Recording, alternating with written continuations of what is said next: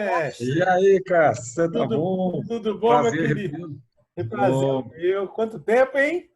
muito tempo. E Muito agora, tempo. desse jeito? Agora é que nós não sabemos mesmo quanto tempo. Como que tá aí, nesse mundo novo aí? Cara, isso é uma novidade para todos nós, né, rapaz? Não É, tem como ser diferente, né? é mesmo. É uma novidade. E vocês estão isolados aí? Como que vocês Não, estão? assim, a parte médica, eu e a Márcia, nós estamos trabalhando meio período, né? E Certo. continua adoecendo, as crianças, a gente trabalha na área de pediatria, né? E vocês trabalham onde? No Centro de Gastropediatria. A Márcia é gastropediatra e lá na parte infantil, né? Agora a gente está também atendendo os pais e eu faço exames lá radiológicos, né? Certo. Ultrassom também. Mas o que a gente observa, bom, as outras doenças continuam existindo, né? Então não para, né? A área Entendi. médica não para. A gente não está na linha de frente. Não estamos Perfeito. na linha de frente do combate ao Covid e tal. Mas acabamos, assim, tendo contato com muita gente, né? E é lógico, a gente está mais exposto, sim, né? Mas, por outro lado, é uma coisa positiva, porque pelo menos meio período por dia a gente sai. Então, Pelo menos não, dá uma. Ah. e ninguém vai impedir o médico de ir trabalhar, você entendeu? É, ó, se o governo decretar não sai ninguém de casa, você pode ter certeza, médico pode, policial pode, médico pode. Aí eu vou mostrar minha carteirinha, moça, eu estou indo trabalhar. E qual é a sua visão sobre isso tudo? Olha, bom, a visão pessoal minha é que nós, como espíritas, nós deveríamos estar preparados para surpresas realmente, De que tipo? para o inesperado. Eu explico por quê. Como nós sabemos, nós já vivemos a transição planetária, né? Aquilo que nós colocamos, uma, um ponto, vamos dizer assim, na história da humanidade, em que nós vamos ter que repensar uma série de valores. E aí, Cassius, são valores tanto pessoais quanto valores coletivos, né? Perfeito. Nós vamos ter que realmente repensarmos todo esse processo até onde nós viemos até agora. Então, como é que eu vejo pessoalmente essa situação? É uma situação imprevisível, imprevista, né? Um imprevisto, porém que para nós, com o conhecimento que nós temos, não é uma coisa tão fora da curva. Porque, veja bem, como é que você vai fazer realmente com que haja uma transição planetária no sentido mais acelerado, sem o envolvimento coletivo de todo o planeta e sem também mexermos com a estrutura, não só a estrutura individual das famílias, mas como da sociedade. E é assim, e isso nós estamos vendo nessa pandemia. É. Então, essa pandemia, ela acaba sendo uma ferramenta, vamos dizer assim, não é? Claro, nós sabemos que a situação não é fácil, ela requer cuidados, ela, ela nos convida a termos uma série de reflexões, mas, ao mesmo tempo, ela nos incita, nos convida a uma mudança mais profunda na nossa maneira de ser, de pensar e da sociedade. Então, nesse aspecto, a gente pode dizer que vivemos, sim, numa visão espírita, reencarnacionista, da lei de progresso, uma fase que provavelmente não será a última, como nós vemos lá no Sermão Profético, né, em Mateus, né? Certo, certo. Virão pestes, virão guerras, mas não se preocupe, esse ainda não é o fim. É Mateus, isso mesmo. É isso mesmo. Mateus lá, acho que 6:20, os colegas aí que estão com a Bíblia, com o Novo Testamento, eles nos corrigem, mas acho que é 6:24 em Mateus. Então, Ah, quer dizer, não é, ainda é o fim. Aí nós podemos até discutir o que é esse fim, né? Mas, assim, certo. faz parte.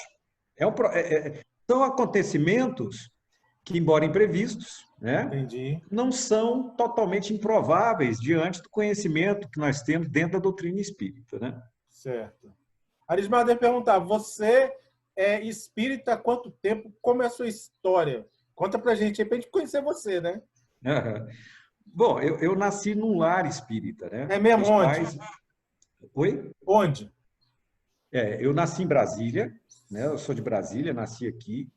Meus pais vieram para cá muito cedo em Brasília, Cássio, já na construção de Brasília mesmo, isso em 57. Meu Deus. É um tempo grande, sabe? É, E foram pioneiros aqui. E, assim, a família da mãe da minha mãe, da minha avó materna, muito católica, mas minha avó era uma médium de incorporação, uma médium que tinha uma expressividade, como nós dizemos, uma ostensividade, né? Uma certo. manifestação mediúnica muito clara, muito evidente. E aí ela migrou naturalmente para o espiritismo e para entender tudo aquilo que acontecia com ela, né, o processo. E minha mãe, então, já espírita, né? Então, eu nasci Certo. no lar espírita. Da parte do meu pai também espírita, olha só. Olha só. Eu sou de 65, e meu pai também espírita. E a minha avó paterna foi uma das primeiras famílias a receberem um livro dos Espíritos ainda da França, uma edição francesa, Meu, que legal. no final do século XIX, né? Então, do Mas interior de veio, Minas mas Gerais. veio via quê? Via Salvador, Você ali sabe que eu não sei foi. dessa história, eu realmente não sei qual via.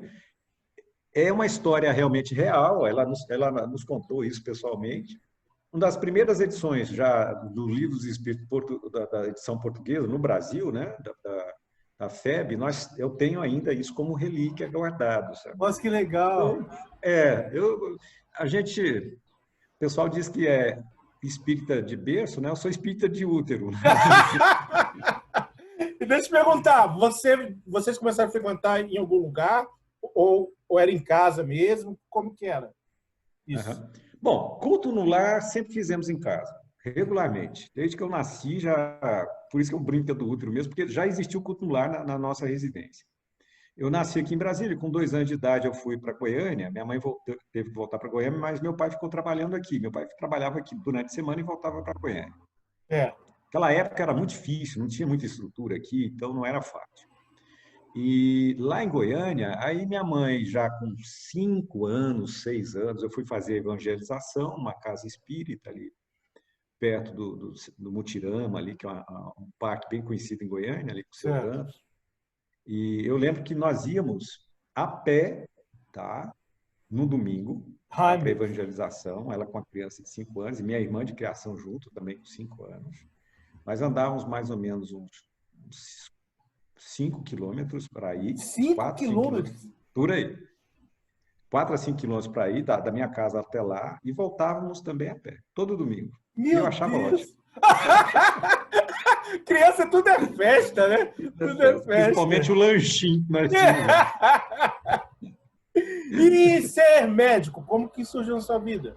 Bom, aí já é uma outra situação, né? Aí já na minha juventude, eu resolvi fazer medicina. É interessante essa história, porque eu lembro, na época da minha infância, isso na década de 70, eu saía de vez em quando com minha mãe, umas duas vezes que eu lembro bem, tinha aqueles ciganos, né, que ficavam na rua lendo a mão das pessoas. Hoje eu não vejo mais isso, mas naquela época É, nós, às vezes você se encontrava é com essas verdade. pessoas. E elas pegavam minha mão, interessante, uma senhora, eu lembro direitinho, perguntou, o que você vai ser? Eu tinha 4 para, sei lá, para 5 anos aí, 6 anos, eu não lembro bem criancinha, falava, vou ser médico. É mesmo? E aí, Que legal. sei lá, a criança quer sempre alguma coisa que é interessante para ela, né? Ser bombeiro, ser policial, coisas assim, tem emoção, adrenalina. Eu não sei. Depois eu vim descobrir que medicina também tem, mas de Também outra tem. forma. E nesse tempo de Covid, então, né? Que eu Mas diga. assim, então é uma coisa que já era interna. Eu não tinha ninguém na família. Meu pai era um técnico de laboratório, né? E minha mãe não tinha assim, uma profissão específica, o dono do lar, né? Mas assim decidi e aí fui fazer medicina. Mas foi uma decisão assim que também, dizer para você que eu queria salvar a humanidade, ajudar as pessoas, eu estaria sendo... Não estaria certa essa colocação minha, porque não foi isso. Eu decidi simplesmente que eu tinha que fazer uma profissão e que eu me via já como médico desde criança. Eu falei, ok, vou seguir essa, vamos dizer, não um dom, mas esse querer, essa vontade, né? Talvez venha do espírito, né, Cássio? Explica para a gente o que é a AME, como que ela se divide, por que tem AME Planalto, AME, eu não sei se tem AME Brasília, eu não sei como é que é. Explica para a gente, DF, eu não sei. As AMEs, né, as associações médico-espíritas, elas surgiram lá, inicialmente, um grupo de médicos espíritas em São Paulo, um grupo de estudos, isso na década de 60 ainda, e que foi a primeira AME fundada, né? Então, o que acontece? É um grupo de médicos espíritas que se dedicam ao estudo do espiritismo, da medicina, com esse viés do ser integral, né? Que nós somos esses seres, não seres materiais, né? Em si, mas seres espirituais nessa vivência que nós estamos tendo espiritual. Então, lá na década de 60, uma série de médicos, né, fundam uma primeira AME, depois isso vem crescendo, vem a AME Minas, e em 95 a doutora Marlene Nobre, que muitos de vocês, com certeza, que estão nos vendo agora e ouvindo, a conheceram pessoalmente, ou de nome, ela fundou a AME Brasil, né? E a AME, então, é uma instituição não necessariamente de médicos, mas profissionais, Cássio, da área de saúde, voltados para... São não há profissionais. necessidade... Eu pensei que tinha que ser médico, não é necessário, no caso. Não necessário. Assim, para a parte de presidência, sim, né? A estrutura, nós temos o regimento interno, né? Institucionalmente, sim, mas, assim, qualquer pessoa pode fazer parte da AME, inclusive até fora da área de saúde mesmo. Que interessante. Mas vamos dizer, é uma associação, primeiro que ela é voltada para cidades, então ela é uma associação municipal, tá?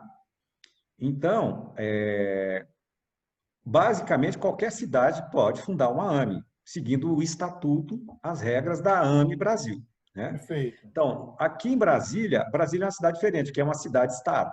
Sim. Então, a AME Brasil, né? E nós temos também as AMEs internacionais, tá? Em outros países. Que interessante. Mas a AME Brasil, então, ela tem hoje no total de 70 AMEs, que são municipais, sendo que em Brasília nós temos duas AMEs. Certo. A AME DF, Distrito Federal, né? Que já está há mais tempo, eu e a Márcia, da onde você nos conheceu, nós fazíamos parte da AME DF, e fundamos, há um ano e meio, a AME Planalto, né, que está lá no Lago Norte. A AME DF está aqui na Comunhão, e nós estamos na outra ponta, lá no Paulo de Tarso, né, que é a AME Planalto. Então, como Brasília é uma cidade-estado, há essa possibilidade aqui de ter mais de uma AME, mais de duas até. Né? Entendi. Perfeito. A Marlene Nobre você conheceu pessoalmente? Conheci, tive esse privilégio de conhecê-la pessoalmente. O que você fala dela? O que você diz dela, que é Olha, fundadora? a Marlene, ela nos contou assim muitas histórias, né? Vamos lá. A Marlene, ela era contemporânea do Valdo Vieira, em Uberaba, né? Quando ela muda para Uberaba para fazer a faculdade de medicina, o Chico a convida para fazer parte do grupo lá do centro dele em Uberaba. Então, o convite partiu do Valdo. Tá? Então, o Valdo a convida, ela vai até a reunião, isso ela nos contando pessoalmente, né? E ali ela começou aquele trabalho de ajudar o Chico nas psicografias e tal, de participar das reuniões, né? Ela nos conta algumas histórias bem interessantes. Por exemplo, o projeto da espiritualidade era que como presidente, como organização dessas AMEs, que fosse o Valdo. É mesmo? Mas dentro do livre-arbítrio a gente tem a possibilidade de escolha, né? Ele fez as escolhas dele E a Marlene, então, assume e muito bem, e conduziu muito bem a Associação Médica, as associações de São Paulo, depois do Brasil, né? Certo. E com muita competência e hierarquia, né, moral que ela tinha, né? A Marlene era uma pessoa assim que Correto, né? essas pessoas que têm uma postura de ética, de moral, que ela, ela é pelo exemplo, ela contagia pelo exemplo, pelo dia a dia, pelo rastro que elas vão deixando, pelas ações, né? Então elas não são de falar muito, mas são de agir dentro de uma direção de ajuda ao próximo, de, sabe? Que o Chico tinha, né? É, Isso como é o próximo, a vida em direção ao próximo, né? fantástico. Então, a Marlene é uma figura, a doutora Marlene é uma mãe para todos nós, assim, das AMES, né? Nós a consideramos uma certa emoção que a gente sempre fala, mas é isso, é um exemplo mesmo a ser seguido. Como você vê esse mundo pós-pandemia? Vamos continuar, então, aquele raciocínio que a gente estava tendo das mudanças, não só na esfera pessoal, mas como na sociedade em si. Nós privilegiamos, né, Cássio, muito a questão do sucesso, da inteligência, tecnologia, né? Então, desde aí, se a gente for fazer um retrocesso histórico aí de alguns séculos, né, nós vamos ver que o homem foi deixando a religião como era também, né, aquela religião, uma religiosidade extrínseca, né, de dogmas, de coisas que realmente não cabia mais para aquele homem da razão, né, do iluminismo. E nós tivemos que, ao abdicarmos dessa religião dogmática, adotamos a razão como guia. A razão é, é o homo é o homo intellectus, né? Vamos dizer assim, o homo sapiens sapiens, né? Quer dizer que optou Isso. realmente pelo raciocínio, pela razão. E esse raciocínio, a razão, nos levou vamos dizer, a um grande posicionamento no manuseio da natureza, da energia da natureza, dos seus recursos, né? Mas também ele nos foi instituído também uma maneira de viver buscando o sucesso, buscando uma realização pessoal, né? Então, é muito comum nós vivenciarmos essa questão do homem bem-sucedido dentro da materialidade, né, Cássio? Que Isso. é aquele indivíduo que vive em função da matéria, vive em função do acúmulo de coisas transitoriais, que vai levá-lo ao sucesso. Então, é ter coisas, é ter poder, é ter destaque, é ter inteligência, né? É Sim. ter conhecimento. São coisas que são valorizadas. E nós valorizamos muito essas questões do intelecto, da razão, e, na minha maneira de ver, nós nos abdicamos da parte afetiva, do sentir, do sentimento, né?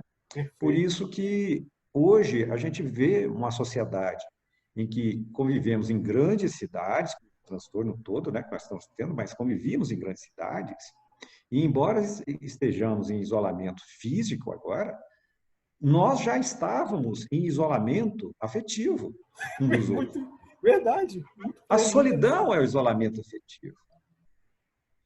Porque dentro da esfera afetiva, os sentimentos, aquilo que o indivíduo está tendo por dentro, o que ele está sentindo, ninguém não é, nós não vivemos numa sociedade que estimula você se preocupar com o outro, você se envolver afetivamente, de você perguntar como você está, né? Coisas que nossos avós nos diziam a respeito de uma vivência no interior, de sentar na porta, conversar um com o outro.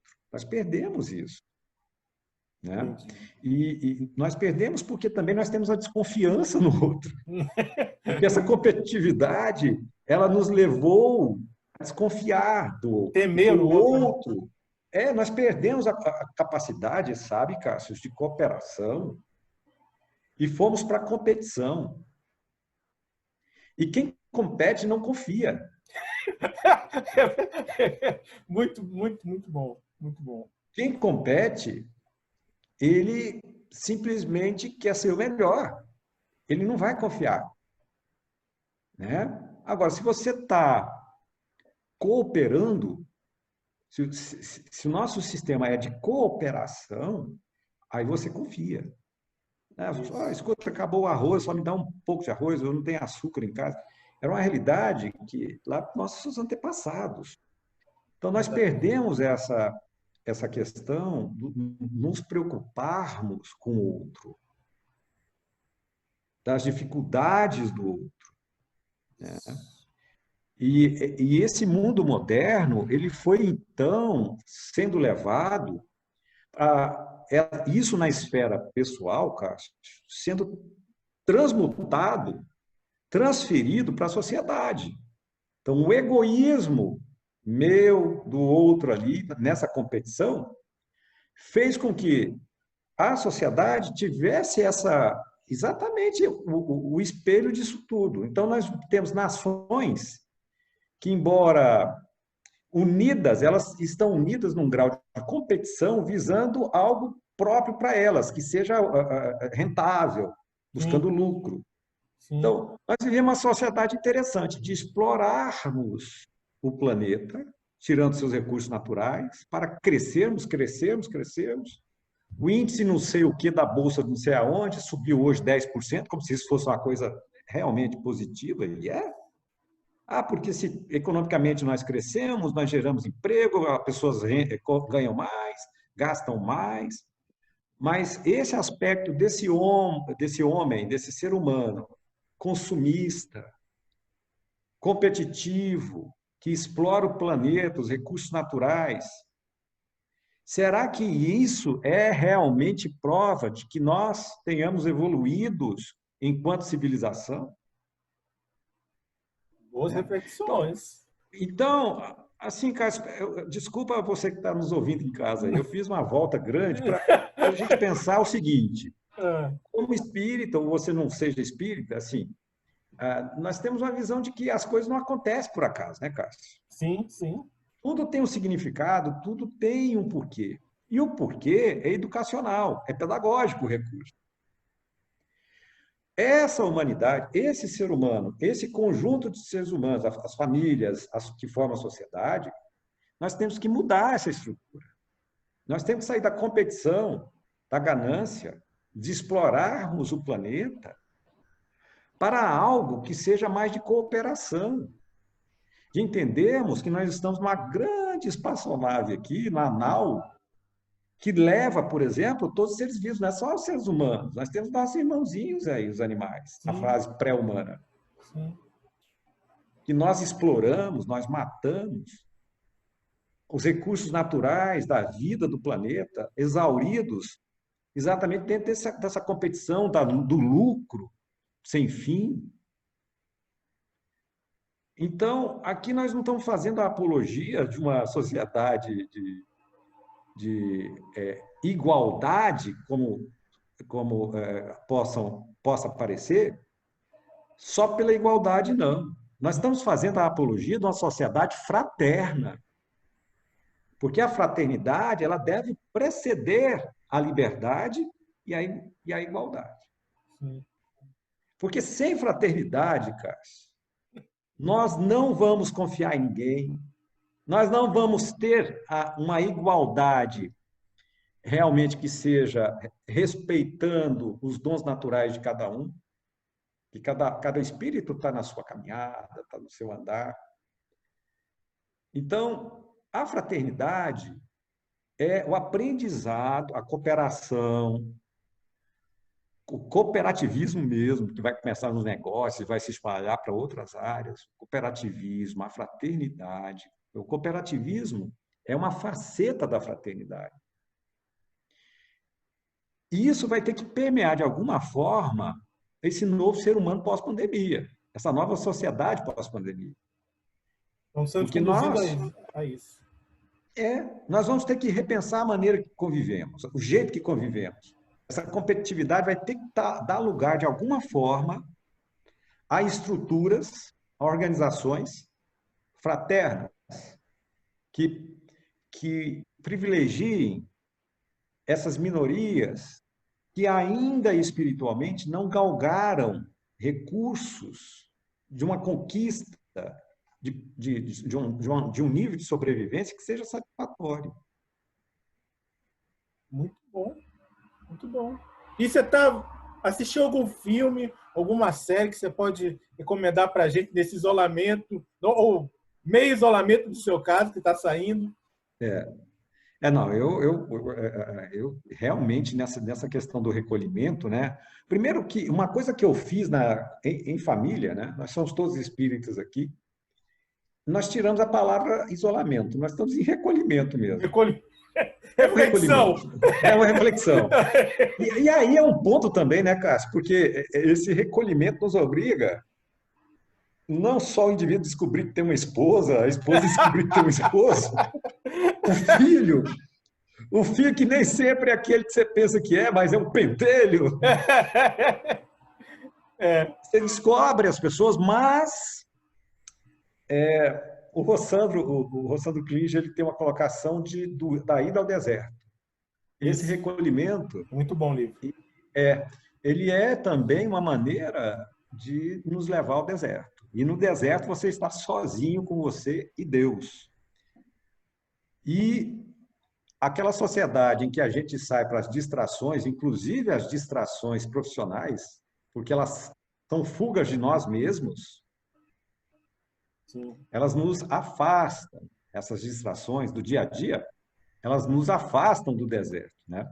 Sim. Então, esse recolhimento é um momento de você voltar para dentro de si mesmo, conhecer melhor você, o outro que está do seu lado, e de se aparelhar mentalmente, né? Porque isso é importante, a gente ter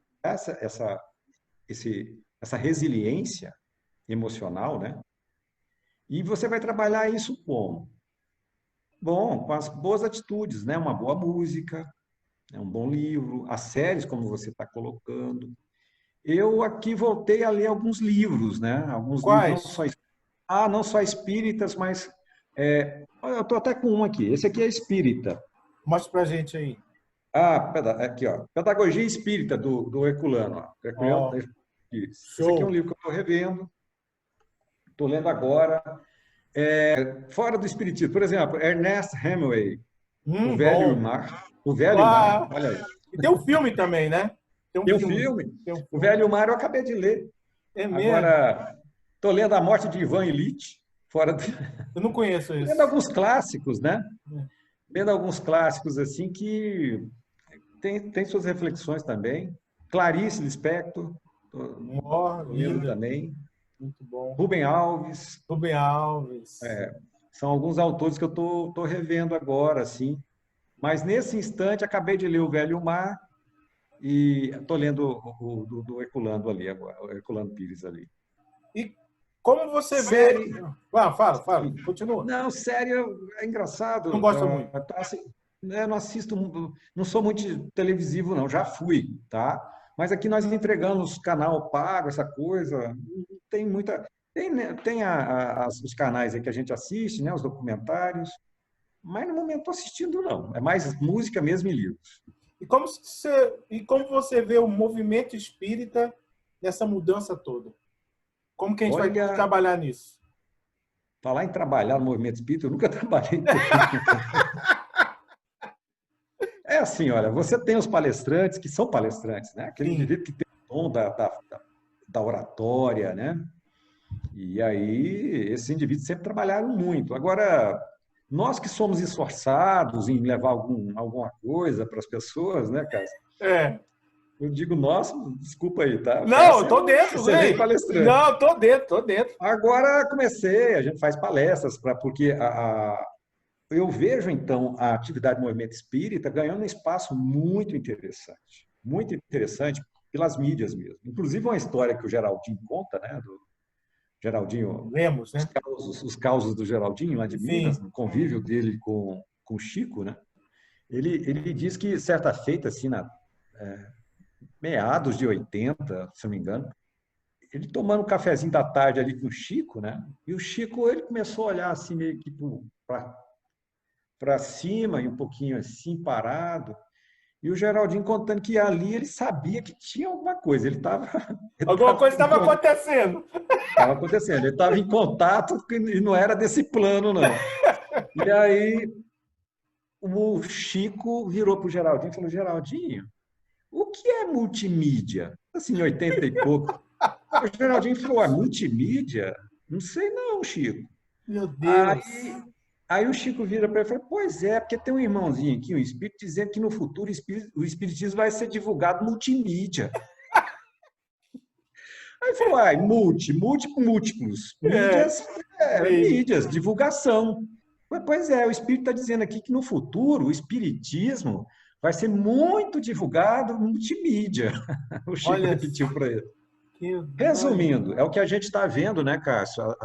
Uma atividade doutrinária grande, nesse sentido doutrinário, para você que não conhece a doutrina, a doutrina em si, né, que é um arcabouço todo filosófico, religioso e científico também.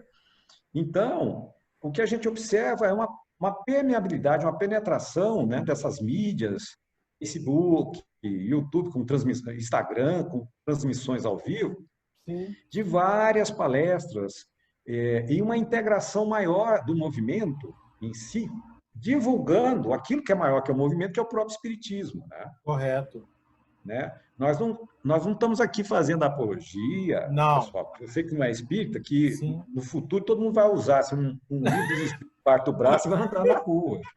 Não. Mas o que nós estamos fazendo apologia é do ser integral que nós somos, da lei de progresso, da reencarnação, da vivência em múltiplos mundos, há milhares e milhares de casas, de lares na casa do meu pai, né? Moradas na casa do meu pai. E aí vai. Essa é a nossa... Ou seja, do homem crístico, do homem espiritualizado, né? Em integração com a natureza, com o próximo. As leis de Jesus, as regras do amor, da caridade, né? Então, eu vejo o movimento assim numa crescente nesse sentido, sabe, Cássio? De divulgação, de intercâmbio, de pessoas lá fora do país que lutam muito para levar o conhecimento, a doutrina para outros países, no Canadá, na Europa, na Oceania, e eles tendo essa oportunidade, então, de um intercâmbio maior com palestrantes que aceitam as palestras ao vivo, como nós estamos fazendo aqui essa entrevista agora. Né? Entendi. Muito bom. É positivo, foi positivo para o movimento espírita, essa fase de... Porque a doutrina também, né, Cássio? Desculpe. Não, pode continuar. A doutrina, ela leva esse acolhimento, né? Ela leva o esclarecimento e o acolhimento. Né? Esse refrigério para a alma, né? De você entender o que está acontecendo. Então, eu acredito que com você e com outros amigos espíritas tem acontecido a mesma coisa, de pessoas nos procurarem para tentar entender. Escuta, você é espírita, qual a visão do espiritismo sobre isso? Do espírita sobre isso? Eu tive essa pergunta durante essa pandemia algumas vezes. Meu amigo, a gente está acabando, mas antes de acabar, tem duas coisas. Primeiro, saber Arismar é o quê? Da onde vem esse nome? É junção? É o quê? Fala aí. Primeiro o seguinte, ainda bem que soa como nome, né?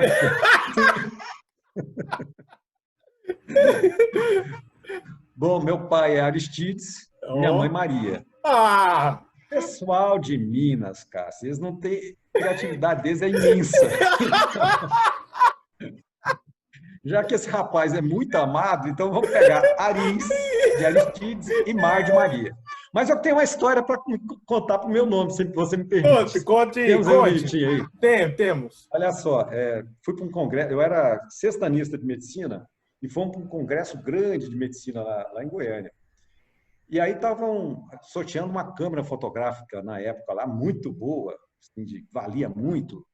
E eu peguei um ticket para concorrer a essa câmera. E o pessoal chegou da minha turma, algumas pessoas me conheciam, e falaram: mas você ganhou a câmera. Eu falei: uau, que legal. E aí fui retirar a câmera, né? E cheguei com o meu ticket e falei: senhor Arismar, tudo bem? Eu falei: tudo bem.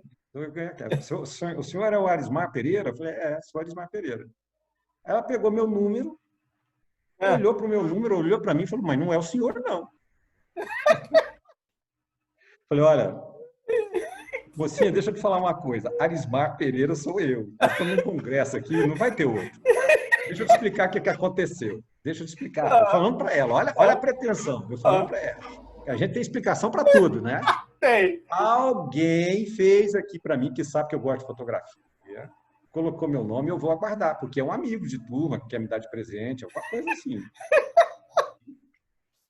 Resumindo, chegou outro Arismar Pereira. Outro sério? médico. E levou a câmera. E eu fiquei lá. Então, você não vai achar que é um nome assim tão raro, não, que não é. A gente aparece até no mesmo congresso, ganhando a mesma máquina. Nome e sobrenome, fantástico, fantástico. Bem, então é isso, meu nome veio daí. Né? Ó, a gente tem aqui agora o Pinga Fogo, lembrando o Chico, né? O famoso Chico aí. A única diferença é que eu não tenho um Emmanuel. Né? Tem álcool em gel. Tem álcool em gel, tem álcool em gel. O Chico tem o Emmanuel, eu tenho álcool em gel. Vamos lá. Pergunta. Prepara aí, posso ir? Pode ir. Qual figura espírita você mais admira? Chico Xavier. Chico, para mim, é um exemplo. Espírita não há, para mim, igual. Todd ou Nescau? Eu não tomo os dois, mas se eu fosse ter que escolher, Todd. E você toma o quê? Olha, eu não posso fazer os dos dois porque tem muito açúcar, né? Então, é um cacau, aquele cacau do padre que a gente... Com mais cacau, né? Coisa chique. Né? Coisa mais...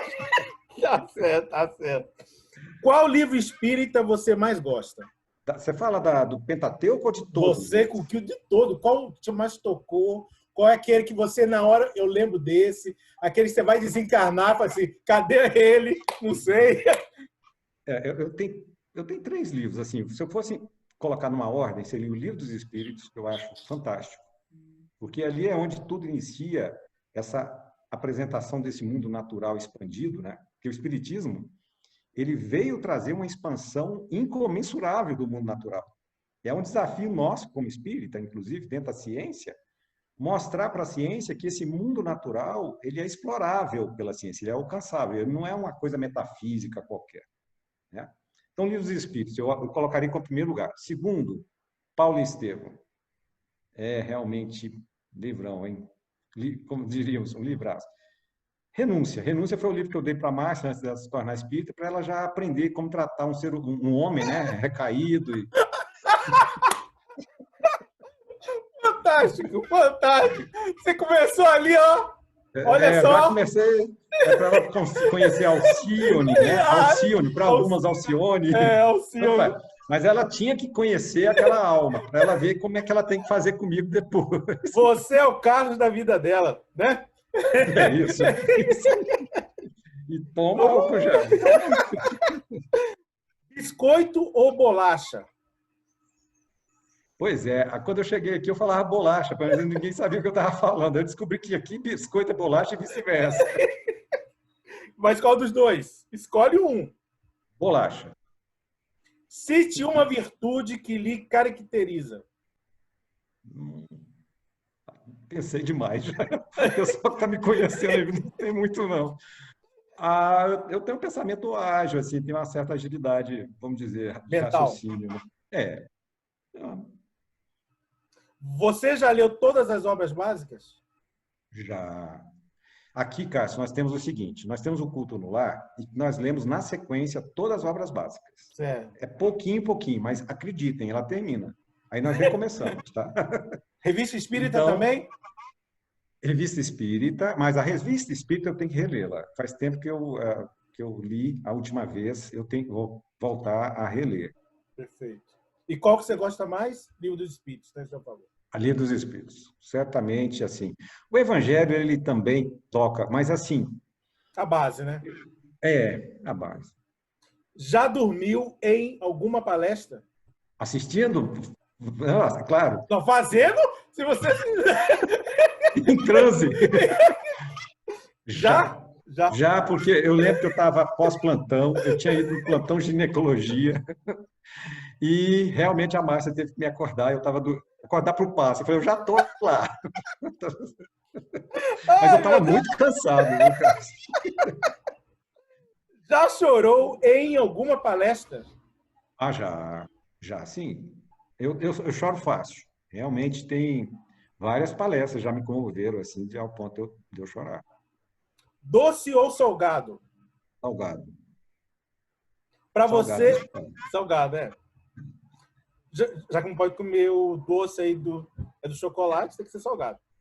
Para você é mais fácil compreender o outro ou a si mesmo? Nossa, essa é uma questão difícil, porque a gente pensa que compreende o outro.